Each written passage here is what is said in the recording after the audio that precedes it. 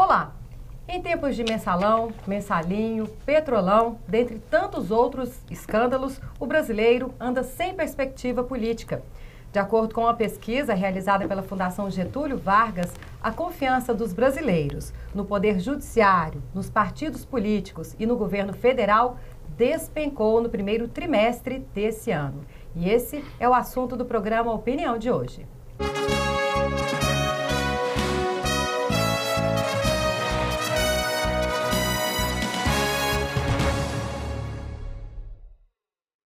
E para falarmos sobre credibilidade política, recebemos aqui hoje o jornalista César Santos, da nossa agência de notícias. Muito obrigada, César. Seja bem-vindo, né? Obrigado pelo convite, estamos aqui para colaborar. Deputado estadual Virmontes Cruvinel, do PSD, também aqui, sempre recebendo e aceitando nosso convite. Muito obrigada. Agradeço e parabenizo a TV Assembleia por um canal de debates. E também o cientista político e professor da UFG, professor Pedro Célio. Muito obrigada. Eu que agradeço, é sempre um prazer vir à TV Assembleia debater com vocês. Bom, e vamos começar pelo que aconteceu de mais recente, né? Neste domingo tivemos aí as manifestações, praticamente em todos os estados brasileiros, manifestações pedindo impeachment da presidente Dilma, pedindo o fim da corrupção, sobrou também para o ex-presidente Lula. Eu gostaria que o senhor, professor, começasse com essa análise aí. Foi uma participação menor, não chegou a 900 mil, né, pelos cálculos das polícias, mas foi pacífica também, não teve caso de violência. Qual a análise que o senhor faz dessa terceira manifestação? Olha, essas manifestações que aconteceram nesse domingo no Brasil, elas dão seguimento a um processo em que a população brasileira se coloca de uma maneira até diferente na cena política em relação a um padrão que a gente tinha antes, né? Que a gente estava acostumado antes. Mas, de qualquer maneira, há algo assim que é central do meu ponto de vista, deve ser percebido por todos nós, é o motivo de preocupação, eu acho, tanto do povo, e deve ser também do governo e do mundo político, de maneira geral. É a insatisfação crescente que predomina na vida brasileira em relação ao governo federal, como tal, em relação às principais lideranças políticas, mas em relação à forma institucional com que a vida política brasileira se organiza e é conduzida. E aí isso atinge partidos de governo, partidos de oposição, é uma ojeriza à política em geral. Isso é que eu acho que está no centro das coisas. E o governo federal vamos dizer, pela sua visibilidade, né, pela possibilidade de personificar as ações e decisões, é o primeiro alvo de toda essa insatisfação. Bom, mas para muita gente não ficou clara essa insatisfação, não. Para muita gente ficou demonstrado nas manifestações que é uma guerra meio eleitoreira.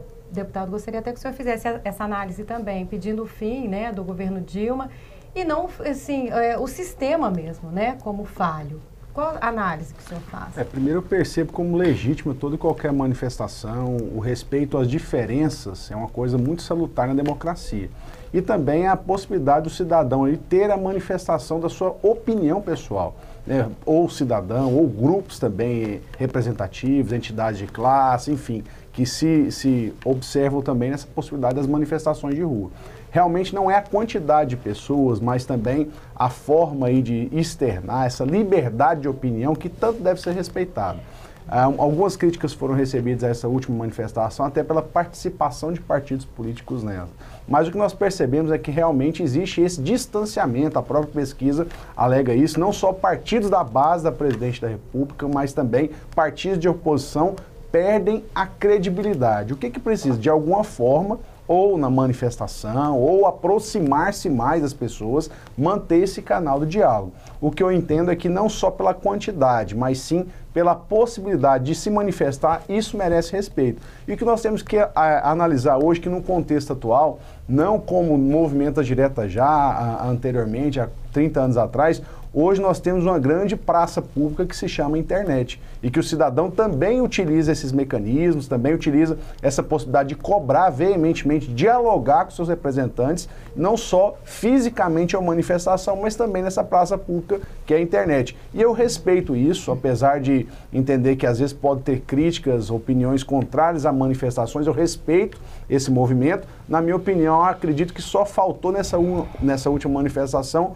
levantar mais o tema da reforma política, justamente, que infelizmente ficou aí deixado de lado nessa discussão no Congresso Nacional nesse primeiro semestre. Até mesmo porque encerrou, né, a votação no Congresso, mas agora vai para o Senado, ainda tem uma perspectiva ainda.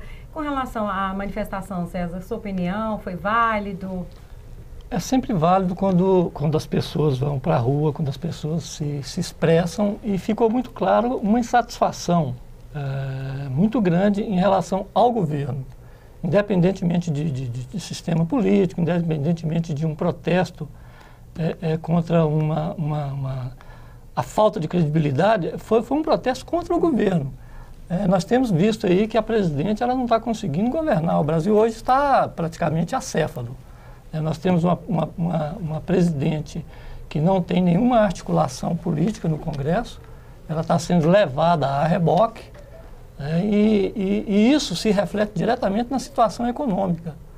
As pessoas já estão sofrendo com aumento de desemprego, com a queda na renda, e as pessoas estão expressou isso também, muito claramente ontem nas manifestações. Bom, e essa insatisfação, gente, demonstra nessa pesquisa feita pela Fundação Getúlio Vargas, fundação super respeitada, foi feita no começo desse ano, na Faculdade de Direito. E ela tem uns números aqui para a gente ficar assim de olho mesmo, porque é de chocar. Mostra que a confiança da população nas instituições, ela é menor que 50%, com relação aos partidos políticos, comparando-se a 2014, caiu de 7% para 5%. Em 2015, governo federal, confiança caiu de 29% para 19%, e com relação ao Congresso Nacional, permaneceu em 15%. Já com relação ao Poder Judiciário, também caiu de 30% para 25%.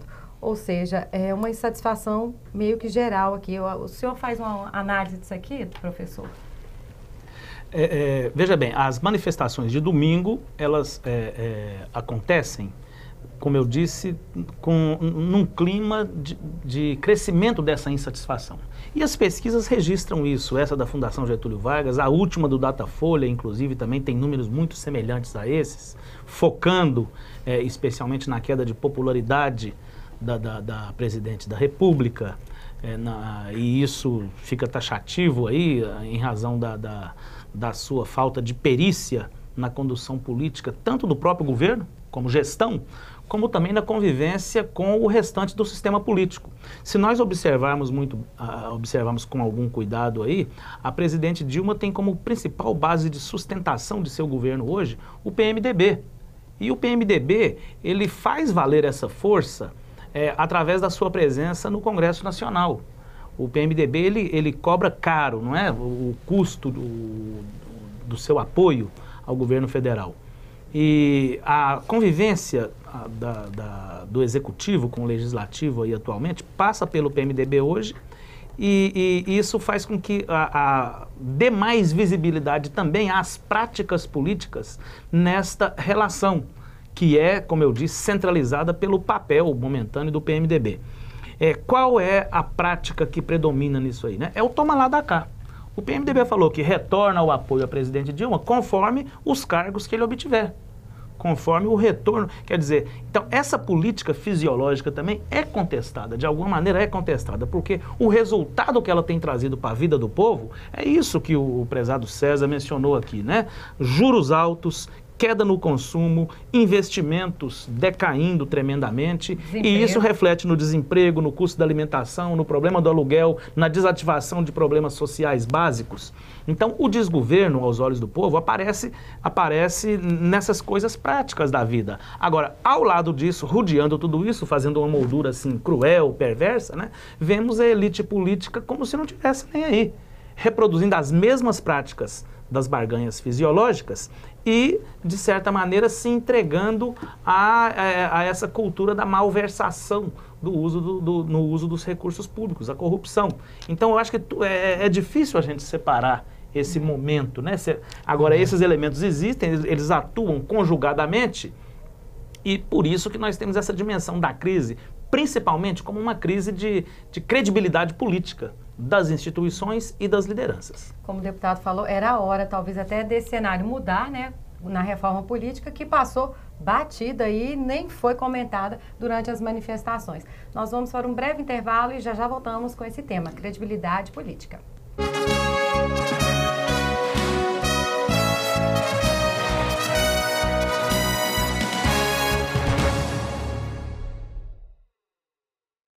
Você fica constrangido quando encontra uma pessoa com deficiência? Então, está na hora de mudar. Deficiência não é doença e essas dicas são para você. Ao conversar com o cadeirante, procure sentar-se. Assim, vocês mantêm a mesma linha do olhar. Para ajudá-lo a subir um degrau, segure a cadeira com firmeza e incline para trás, levantando as rodinhas da frente. Para descer, faça a manobra de marcha ré, sempre apoiando para evitar solavancos. Mas nunca movimente a cadeira sem antes pedir permissão ao cadeirante. E em nenhuma hipótese, nem por um segundo, estacione na vaga reservada a pessoas com deficiência ou ao lado de guias rebaixadas. Você gostaria que construíssem um muro na porta da sua garagem? Pois é, quando você estaciona em lugares reservados, está impedindo que o deficiente físico se locomova. Cidadania é saber conviver com as diferenças.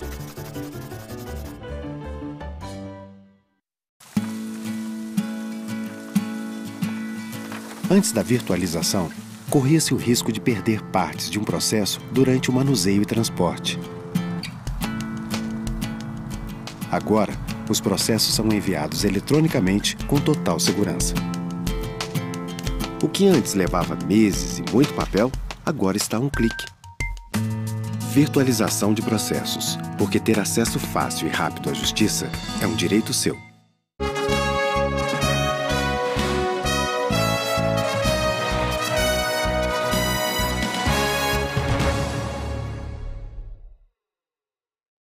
O programa Opinião volta com o tema credibilidade política e nós estávamos falando aqui sobre a pesquisa da Fundação Getúlio Vargas que apontou índices preocupantes aqui. A credibilidade, né, com relação aos partidos políticos caiu de 7% para 5% em 2015 com relação a 2014. O governo federal, então, de 29% para 19%. Perguntar aqui para o deputado estadual Virmontes Cruvinel, que vem de uma família tradicional, uma família de políticos. O pai dele foi deputado estadual, deputado federal, a mãe dele também, Rose Cruvinel, né? Não podemos esquecer a participação das mulheres, né? Ela foi uma das percussoras, né, da participação. Como que o senhor vê essa descrença, né, da população nos partidos e também nos políticos? Realmente existe a necessidade hoje de se reavaliar a participação político-partidária e a participação de políticos com a sociedade. Eu acredito que, até avaliando um pouco dessa pesquisa, nós podemos observar alguns mecanismos aí ao longo dos tempos, né? Primeiro, teve uma atualização do Código de Processo Civil. A queda de credibilidade do Poder Judiciário talvez seja pela morosidade nos julgamentos, e que é uma demanda muito grande, e principalmente também com essa questão de prazo, né? Uma dilatação de prazo aí que realmente traz uma certa perda da credibilidade. Eu acredito que nesse ponto já tivemos um certo avanço com a atualização do CPC. É uma busca incessante de estimular essa diminuição de prazo e o acesso mais rápido à justiça. Digitalizar também. Digitalização, etc. Com relação à questão política, eu percebo que nós tivemos aí alguns avanços. Eu não sou tão pessimista assim igual a pesquisa, pelo fato de termos aí aprovado alguns instrumentos legislativos que são de relevância para o processo democrático. Eu digo isso com relação à lei de improbidade administrativa, eu digo isso com relação à lei de responsabilidade fiscal e digo mais recentemente com a lei do Ficha Limpa, que foi uma lei de iniciativa popular. O que nós precisamos? Incentivar maior participação do cidadão nessa cobrança legislativa.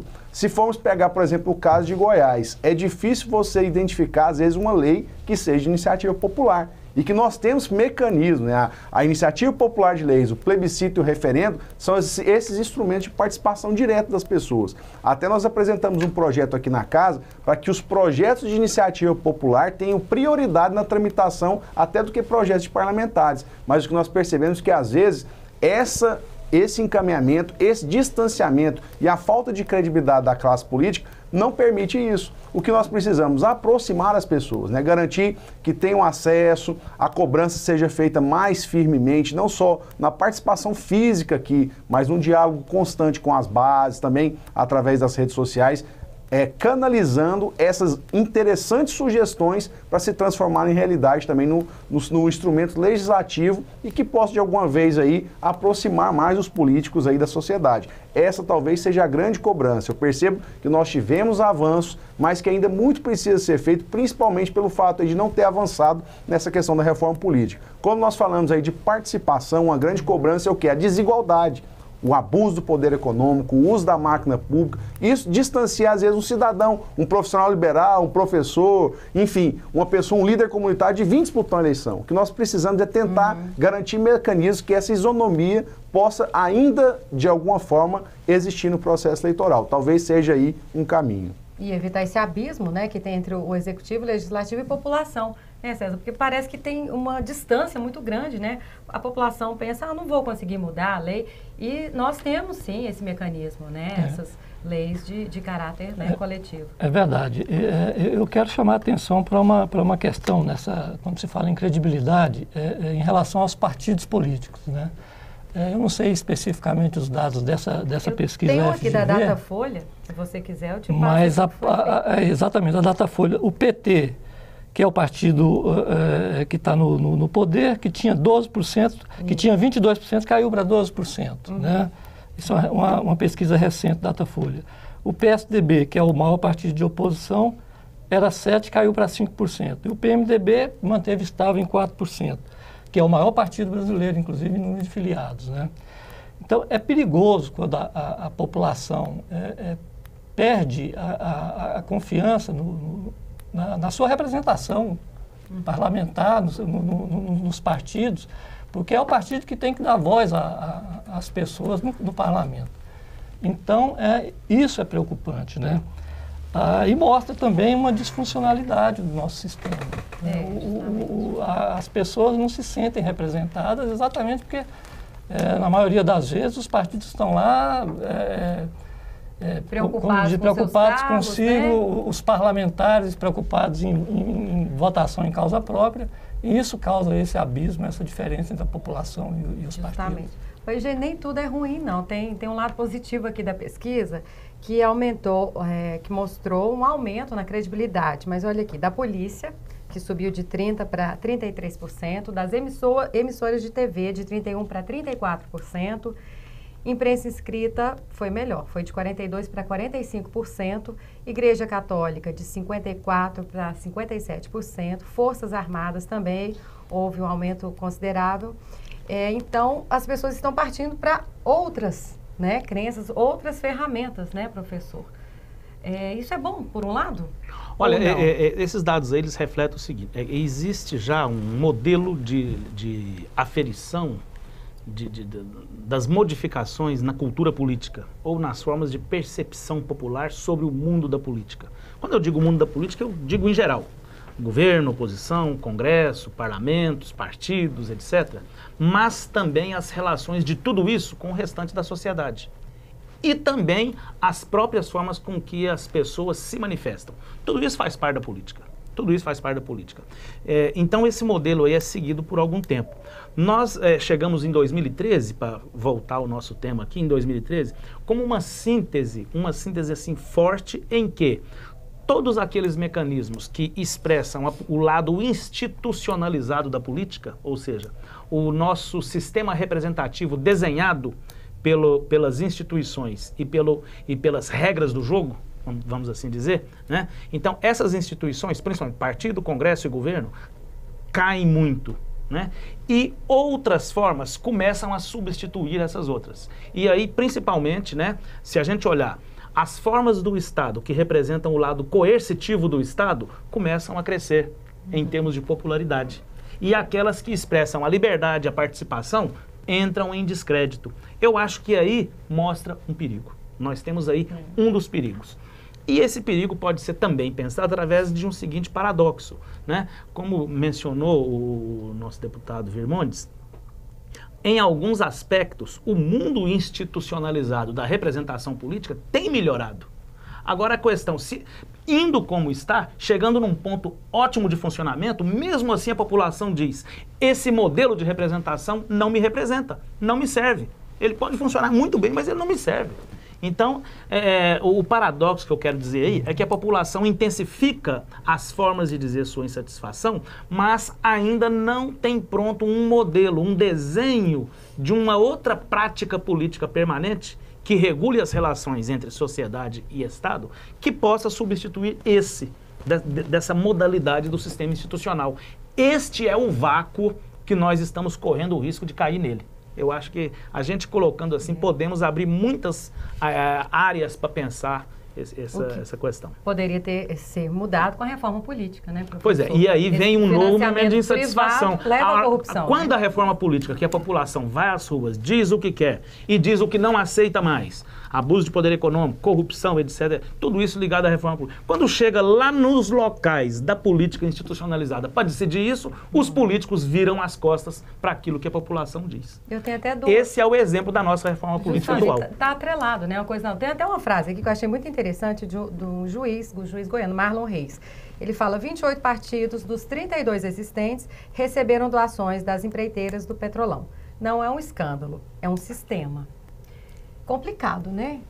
Porque se a participação de quase todos está generalizado, né? Então, tem que descobrir a raiz da corrupção. Esse é um debate que foi levantado aí, a questão do financiamento público de campanha, por exemplo, se faz ou não, é uma avaliação, né? Primeiro, com relação também à transparência desses gastos, né, o recurso. Nós já tivemos um certo avanço de se exigir que a prestação de contas seja feita mês a mês durante o processo eleitoral. Enfim, nós tivemos aí alguns avanços, mas realmente concordo com o professor, tem que ser, o método daqui para frente tem que ser mudado. Que isso também traga aí possibilidades. Nós percebemos hoje que em algum momento do passado na história, tanto do país e até em outros países, né, você existia a candidatura avulsa. Se o cidadão não se simpatizava com nenhum partido, ele candidatava sozinho. Então, assim, é crítico ou polêmico, mas é uma alternativa e isso tem que ser ouvido. Democracia. Espaços aí, talvez, de consultas plebiscitárias sobre o tema, a possibilidade também de uma figura chamada recall, né? Você coloca o cidadão, mas pode tirar o cidadão também, não só o chefe do executivo, mas também o parlamentar. Essas avaliações têm que ser colocadas à tona e, infelizmente, o melhor espaço deveria ser na reforma política. O debate, por exemplo, do voto distrital ou não, né? A possibilidade dessa aproximação maior com a sociedade, mas nós percebemos que não foi o avanço como esperado pela própria sociedade. O que nós devemos fazer na prática, já que não tem essa reforma política aí, talvez de forma concreta, é tentar o parlamentar se aproximar da sociedade, ser mais consultivo, o trabalho dele de participação nas redes sociais, não de divulgação, mas do diálogo. Isso deve ser, talvez, a prioridade também nas participações em reuniões, enfim, com as entidades aí de movimentos civis organizados. Ouvir mais do que falar. Talvez seja essa a receita para a classe política no momento. Justamente. Se as eleições não fossem obrigatórias também, talvez o eleitor, né, nem fosse às urnas. A gente vai continuar discutindo sobre esse assunto daqui a pouquinho, depois do intervalo.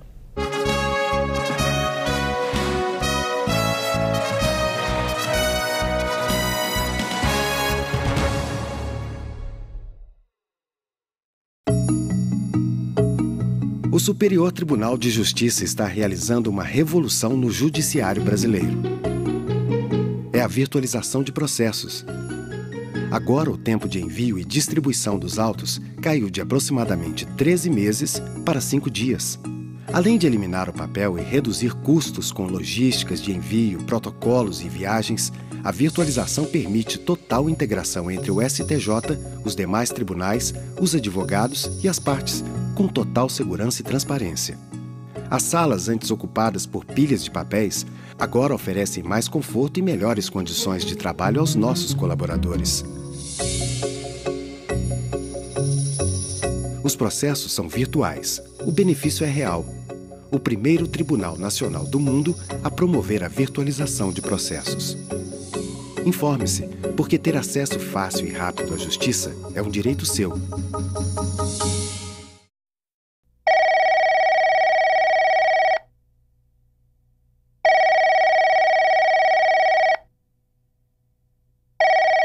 O CVV oferece atendimento telefônico gratuito a todos que precisam de apoio. Não se afaste dessa responsabilidade. Junte-se a nós e venha completar essa chamada. Isso é mais importante do que você pensa. CVV, boa noite.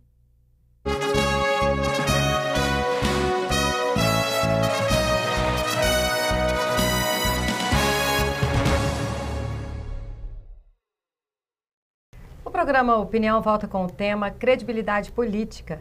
E nós estávamos falando sobre a reforma política, que poderia mudar o atual cenário, né, se fosse aprovada, bom, na íntegra, né, mas ainda vai passar pelo Senado. César, você acredita que a reforma vai passar por grandes mudanças ou vai ficar do jeito que está mesmo? O principal problema da reforma política é que não tem consenso nas questões, né? Por exemplo, o deputado ali falou a questão do financiamento.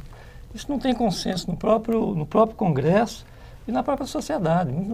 Não é todo mundo que acha que se vedar a doação de empresas vai resolver o problema. Tem gente que acha que piora, né?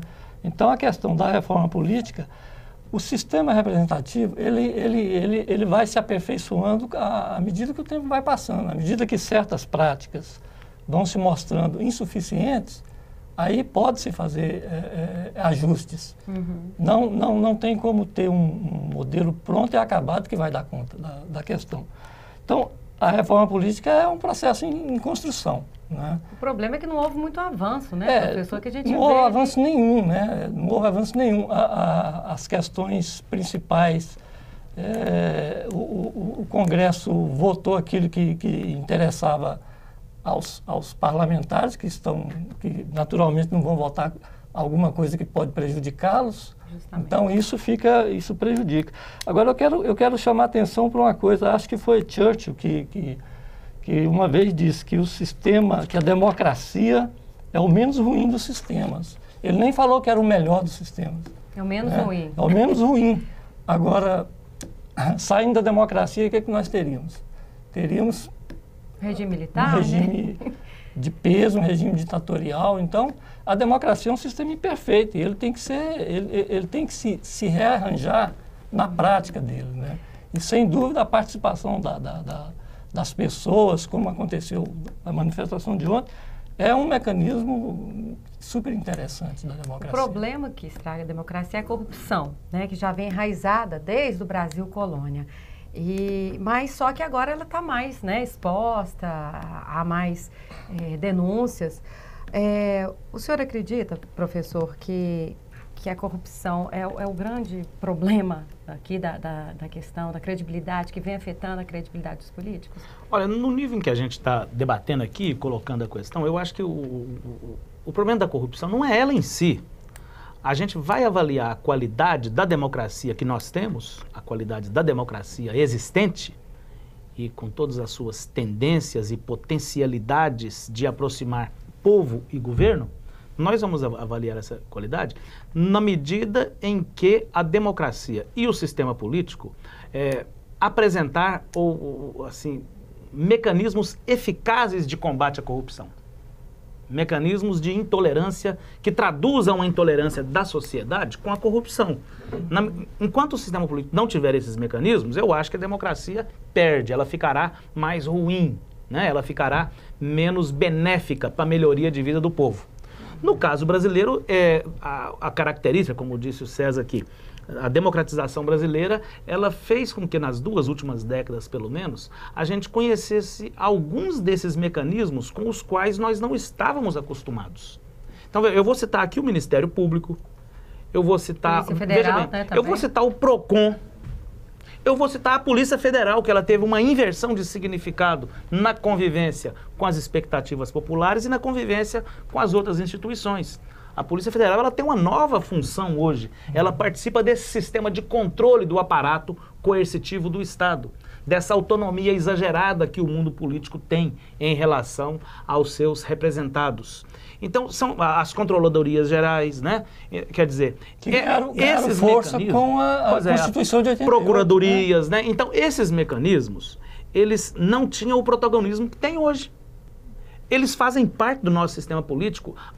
Alguns deles são, assim, expressão cada vez mais forte no aparelho de Estado. Até então estavam dimensionar o papel desse conjunto de mecanismos de controle e que caminham no rumo da transparência, né, como princípio doutrinário, eles fortalecem a transparência. Então, isso é muito interessante. Agora, do outro lado, aquilo que viabiliza a voz do cidadão, né, os partidos no parlamento, também o entendimento de que eles não podem ser únicos mais. O modelo brasileiro mostrou que isso está esgotado. Nós temos situações aí hoje com essa diversificação, essa complexidade que a tecnologia implementa na comunicação entre as pessoas e na forma de manifestarmos as nossas vontades do ponto de vista individual ou coletivo. Nós temos situações... Olha, quantas formas de organização que nós temos que são mistas, do ponto de vista... Eles representam ao mesmo tempo a sociedade e também o Estado. Os conselhos de gestão de políticas públicas são uma delas, é uma dessas formas, em várias áreas. O sistema de saúde no Brasil, o SUS, é um dos mais avançados e democráticos do mundo. Tanto os Estados Unidos como Cuba, o Brasil tem semelhança. Eles procuram, né, adotar situações similares do nosso sistema. E isso é gerido basicamente com base nos conselhos e não no sistema parlamentar. Quer dizer, as experiências são diversificadíssimas. Ideias boas existem, né, professor? São. Experiências boas que o movimento social cria são muito boas. O senhor também acredita que a corrupção ela não vai acabar nunca, né? A história mesmo mostra isso. Mas enaltecer outros poderes, né, como o Ministério Público, Polícia Federal, as corregedorias, é uma forma, né, deputado? Porque não tem como também combater a corrupção sem passar pelo sistema, né, eleitoral, político. Sem dúvida, eu acredito assim, primeiro garantir autonomia a esses órgãos de fiscalização é o primeiro passo, né, autonomia de fato, né, ao Tribunal de Contas, ao Poder Judiciário, essa questão de indicações, isso realmente chama a atenção da população. Também nós percebemos que, inclusive, em outros exemplos, até em outros países, por exemplo, pega os Estados Unidos, lá promotor público disputa eleição. Então, assim, existe a possibilidade, inclusive, do Ministério Público ser mais aproximado da sociedade. Então, eu não sou, assim, um crítico que entendo que o status quo tem que ser mantido. Eu acredito, assim, buscar boas referências. Esse é o momento hoje que o processo democrático no país passa. Nós temos que trazer bons exemplos e resgatar essa possibilidade do cidadão estar mais próximo do parlamento. Seja na disputa por eleição, busca de participar do processo político. Isso só vai acontecer se de alguma forma nós fizermos aí esse bloqueio ao distanciamento de falta de equilíbrio econômico do processo eleitoral. Várias pessoas que eu conheço, alunos, estudantes, enfim, representantes de entidade de classe, se distanciam porque falar é muito difícil entrar. Né? Então, assim, por exemplo, até o ponto de chegar e falar em lista fechada de partidos políticos, assim, o que, na minha opinião pessoal, é uma atrocidade. Então, tentar trazer as pessoas para mais próximo é o quê? É estimular debates locais. Hoje é muito difícil você fazer uma reunião num bairro ou numa cidade de um partido. Você pode fazer uma reunião sobre um tema específico. Existe um problema de segurança aqui, o debate aqui é sobre vagas de emprego, sobre como montar um próprio negócio. O cidadão que está exercendo o mandato político deve buscar a pauta nesse sentido. E direto ao assunto, né? Ao deixar de partidarizar algumas atividades e buscar aproximar de temas que interessem a sociedade. E é só assim que você vai conseguir, né, ganhar as pessoas na confiança. Não é só a Fundação do Getúlio Vargas que fez a pesquisa, não. Nós também, da TV Assembleia, fomos às ruas para ouvir, né, o que as pessoas pensam, né, sobre os políticos. Vamos dar uma olhadinha. Não, hoje está difícil para acreditar na credibilidade dos políticos, porque a gente está sem opções.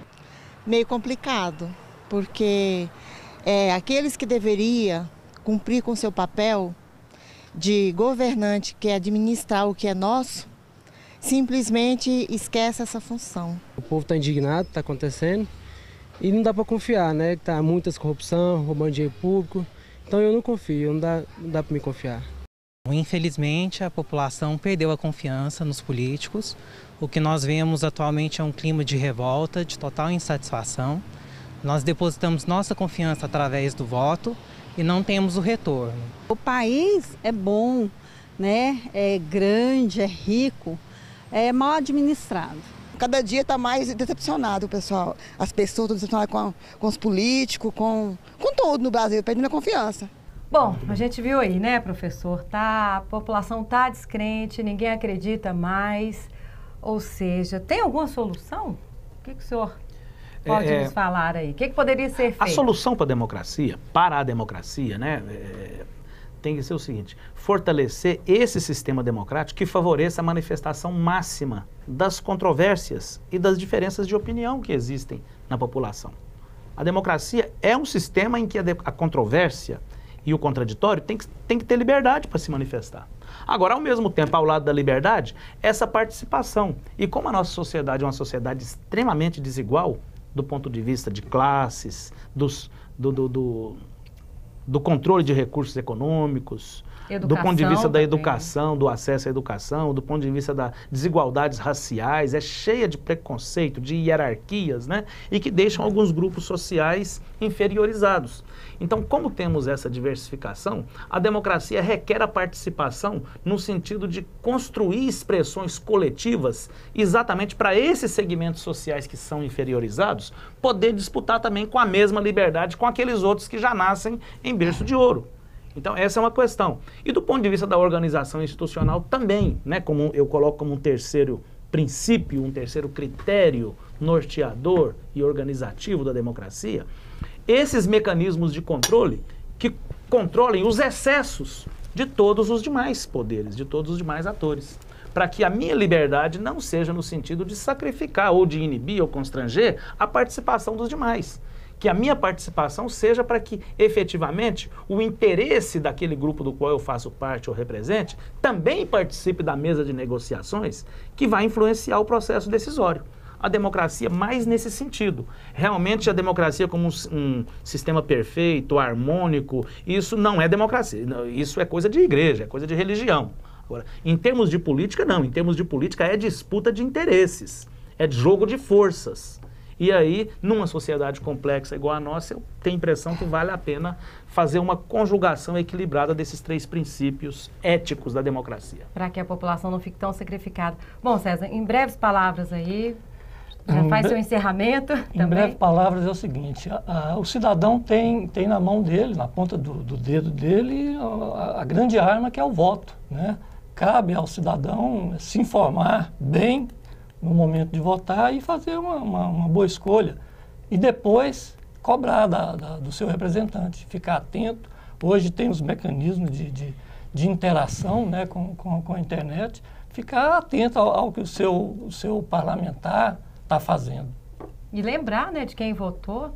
Exatamente. Né? Bom, o César lembrou aí um ponto importante, né, deputada? As eleições, a gente tem eleições municipais no ano que vem, 2016. É importantíssimo aí quem você vai escolher para governar, né, para cuidar do seu município. É uma alternativa excelente, né? Cobrar de quem você votou. Sem dúvida. Eu acredito que acompanhar a atuação do seu parlamentar é um modo extremamente válido de se fortalecer a democracia.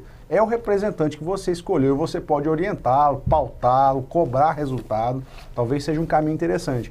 E eu não posso também deixar aqui de registrar a importância nesse momento também dos meios de comunicação, a imprensa, né? A imprensa tem também o seu papel de relevância nesse canal direto, nessa busca de informações, nesse diálogo aí que é necessário também com os representantes dos poderes constituídos. Fica sempre um incentivo para que momentos como esse aqui que nós estamos fazendo, inclusive, do bom debate, né, de informação, possam chegar mais próximo das pessoas e, de alguma forma, estimular esse fortalecimento da democracia. Na minha tarefa específica, eu me coloco sempre à disposição, convido a todos a virem aqui na Assembleia, dialogar conosco, através dos nossos canais de redes sociais, nosso site, enfim, estar cada vez mais próximo, que seja esse aí o nosso compromisso desse mandato como deputado estadual. Muito obrigada, a gente agradece, né? E realmente, nem todos políticos, viu, gente? Assim, a pesquisa generalizou, mas tem muita gente séria, muita gente honesta e que preocupa, assim, com a população. Muito obrigada, deputado, pela sua participação aqui. Agradecer também ao professor e cientista político Pedro Célio, que sempre nos atende, e ao jornalista César Santos também, né? Ajudando aqui a arrancar desses dois, né, César? É isso mesmo. Informações. Obrigada a você também em casa pela audiência e continue com a gente pelo canal 8 da NET ou pelo site que aparece aí embaixo. Até mais.